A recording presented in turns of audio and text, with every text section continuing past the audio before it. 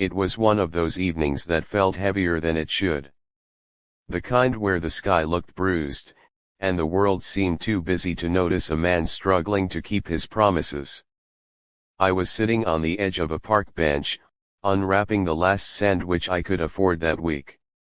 My name is Ethan Cole, a single dad, trying to balance 3 jobs and still be home in time to tuck my son, Noah, into bed. The cold wind brushed my face as I took the first bite. Then, from the corner of my eye, I saw her. A little girl, maybe 8 or 9, sitting alone on the swings. She wore a pink coat, a little too fancy for the neighborhood, and her shoes, well, they didn't belong to the side of town. She wasn't playing. She was just staring down, holding her stomach. And then I heard her whisper, so soft it broke something inside me. "I'm hungry." I looked around. No parents. No nanny. Just her. I hesitated. That sandwich was supposed to be my dinner and breakfast. But something in her eyes, that lost, scared look, made the decision for me. I walked over. "Hey there, kiddo," I said gently. "You okay?" She didn't answer, just looked up, nervous. Her cheeks were red from the cold. I smiled and held out half of my sandwich. "Here. You look like you could use this more than me." She hesitated, then took it carefully, like she wasn't sure it was real food. She ate slowly, shyly, whispering, "Thank you." We sat in silence. The kind that feels heavy, but kind. "Where's your mom or dad?" I asked. She looked away. They were fighting again. I ran away. I just wanted some quiet.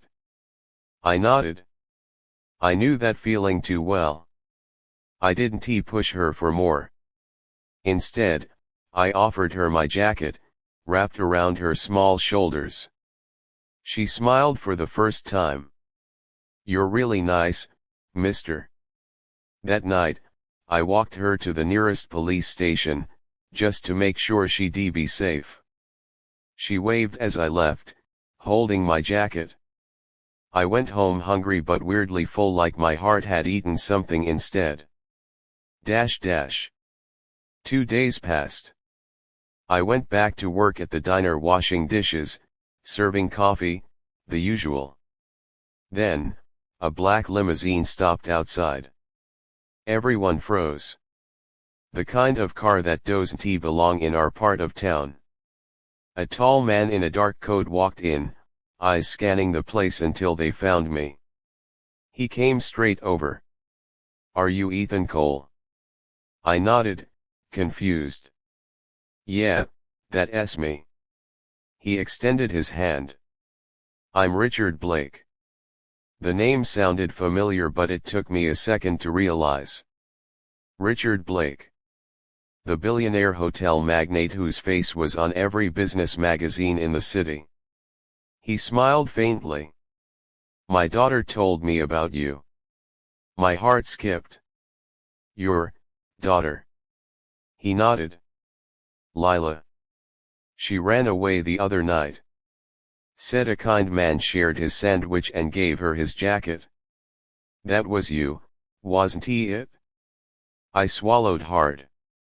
"Yeah." She looked hungry. I couldn't just walk away. He placed an envelope on the counter.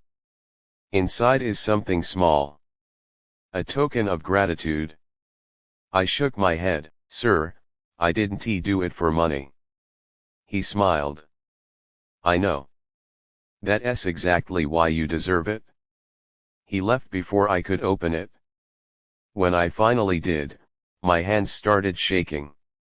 Inside was a check. With more zeros than I'd ever seen in my life. Enough to pay off my debts, Noah's school, and maybe start something new. But what really got me wasn't the money. It was the note tucked beside it, to the man who reminded my daughter what kindness looks like. The world needs more people like you. Richard Blake. Months later, I wasn't washing dishes anymore. I used that money to open Noah's Diner, a small, warm cafe where anyone hungry could eat paid or not. Every month, a black limo still stops outside. Lila comes in, smiling, ordering her special sandwich. Same as that night. And every time I see her, I remember.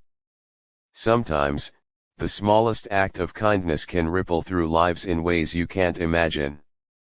You don't give to be seen. You give because someone needs it.